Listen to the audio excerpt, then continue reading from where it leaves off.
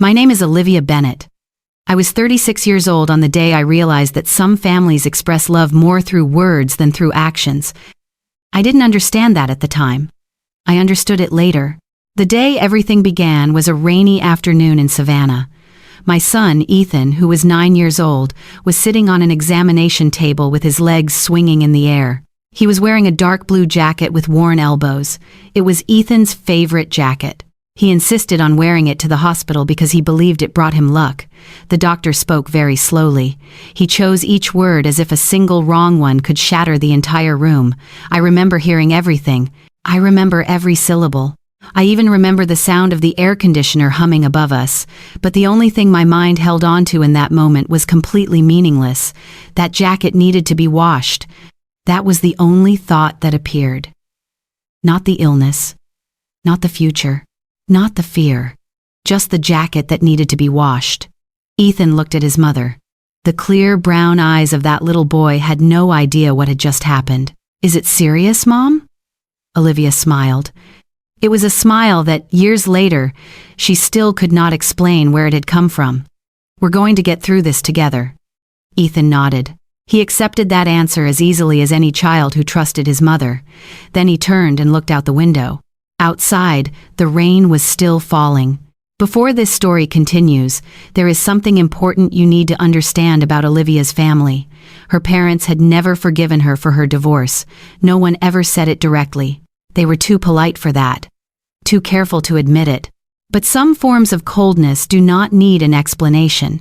They exist in phone calls that are shorter than usual, text messages that are answered later than usual, questions that sound more like courtesy than genuine concern. Her mother, Linda Bennett, was especially like that. Linda had always liked Jason. Jason was charming. Jason came from a respected family. They attended charity events. They knew influential people throughout the city. In some way, Linda had always viewed that marriage as a ticket into a better world for her daughter, until the day Olivia walked away from it. Jason did not cheat. He was not abusive. He did not create the kind of obvious tragedies people could easily point to. He simply disappeared from the marriage little by little. He disappeared from responsibility. He disappeared from the bills. He disappeared from conversations.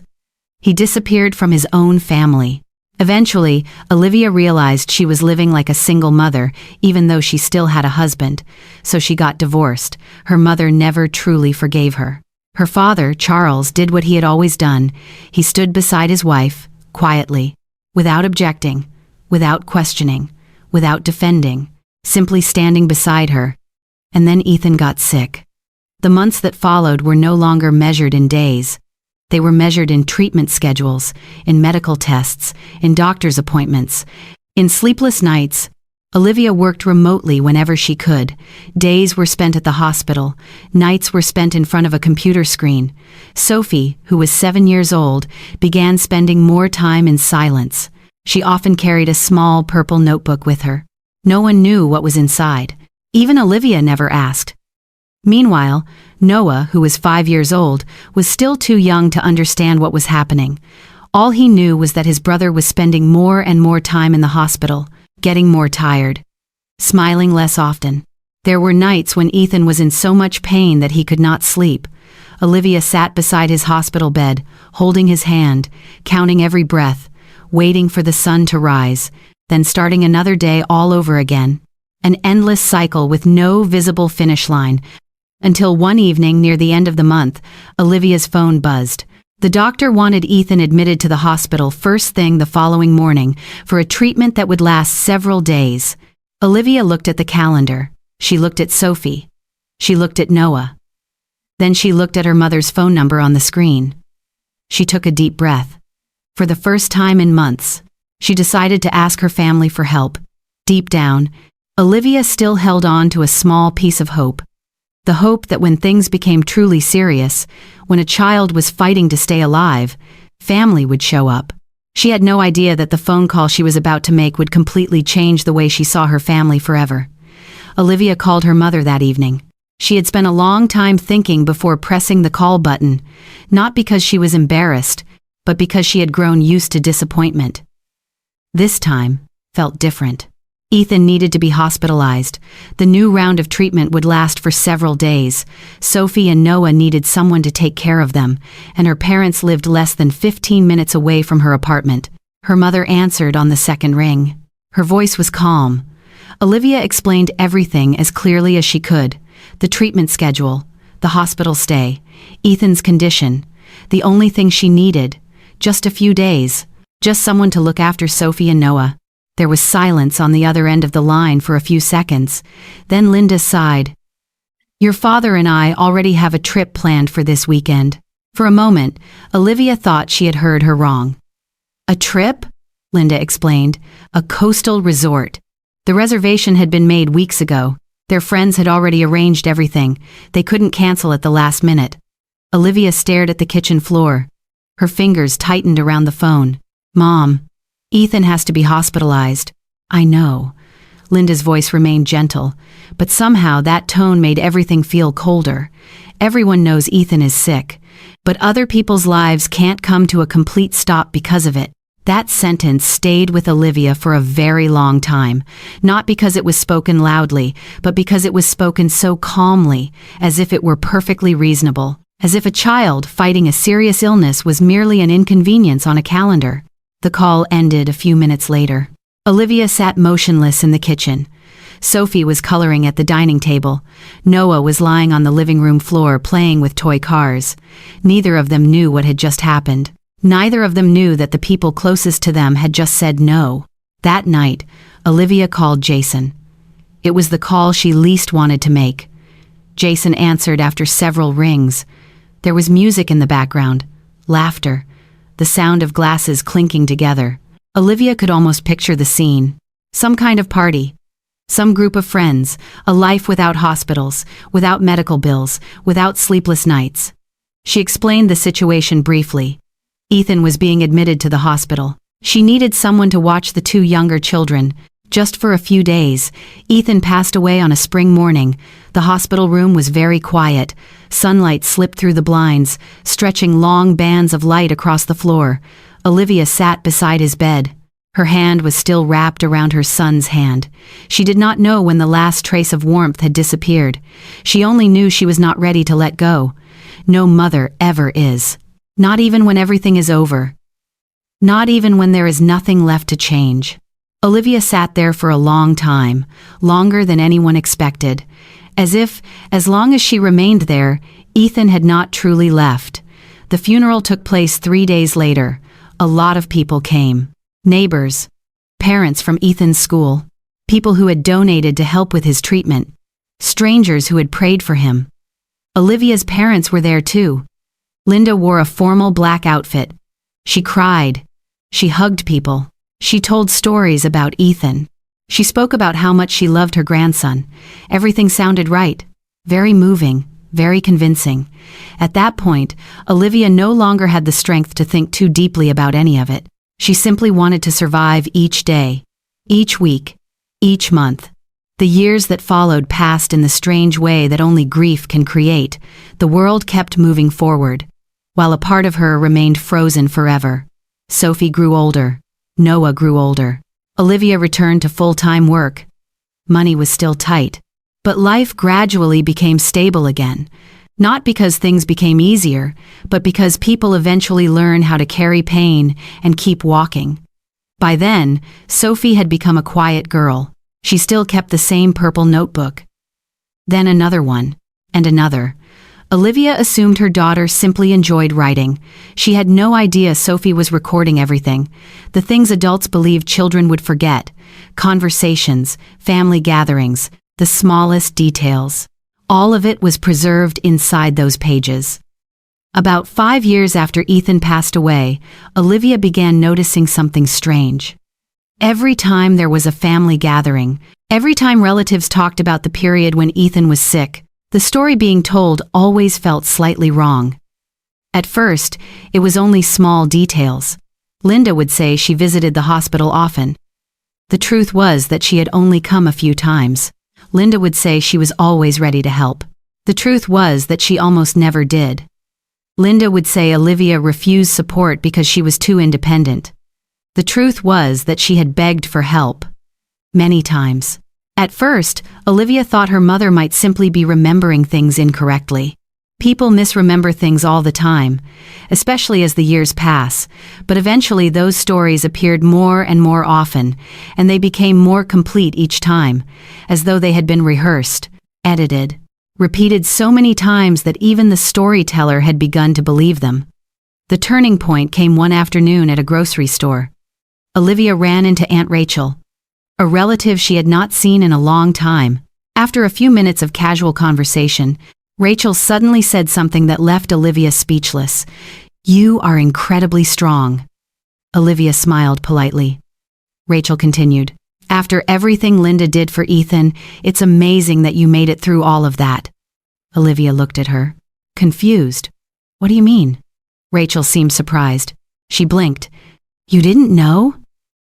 "Everyone in the family says your mother practically devoted all her time to helping care for Ethan back then."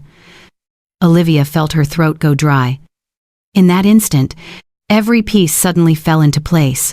The stories, the looks, the praise Linda received at family gatherings, the way people sometimes looked at Olivia as though she had isolated herself from everyone else. For years, another version of events had been circulating, a version in which Linda was the devoted grandmother, the woman who had sacrificed so much, the woman who had always been there, and Olivia was the stubborn daughter, the one who rejected help, the one who pushed her family away.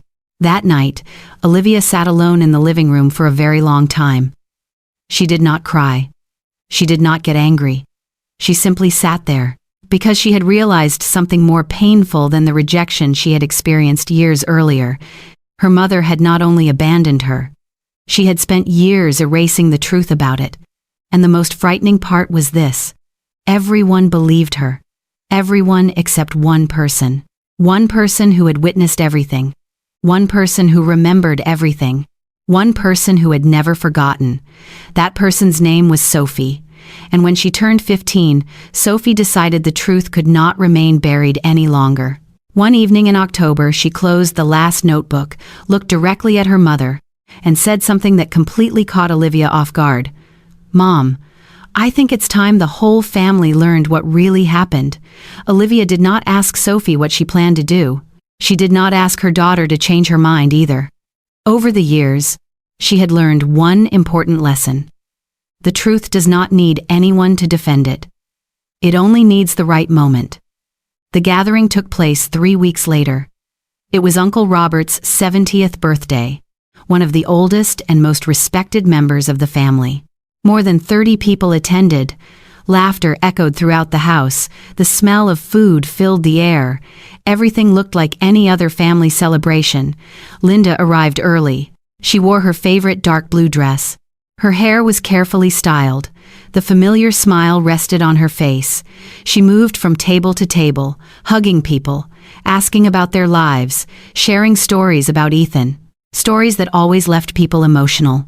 Olivia stood on the other side of the room, watching everything, not angry, not bitter, simply watching, because for the first time in years, she knew she no longer had anything to prove.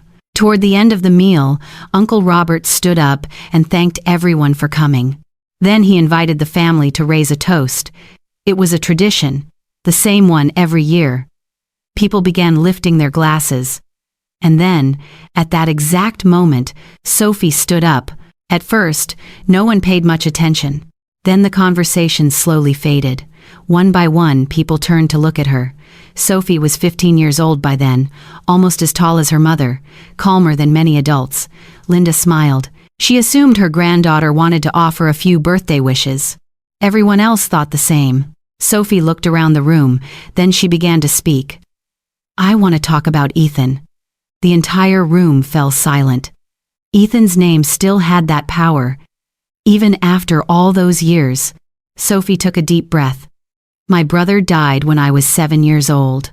Many people here think I was too young to remember, but I remember everything. No one interrupted, no one moved." Sophie continued. "I remember the days when my mom practically lived in the hospital. I remember her working while taking care of 3 children. I remember how much Ethan suffered, and I remember who helped our family." Linda slowly straightened in her chair. The smile began to fade from her face. Sophie looked directly at her. Not with anger, not with blame, just a steady look. Then she continued. When Ethan had to stay in the hospital for long periods of time, my mother called my grandparents. They said no. The room became so quiet that the hum of the air conditioner seemed loud. When my mother called my father, he said no too. Several people turned toward Jason.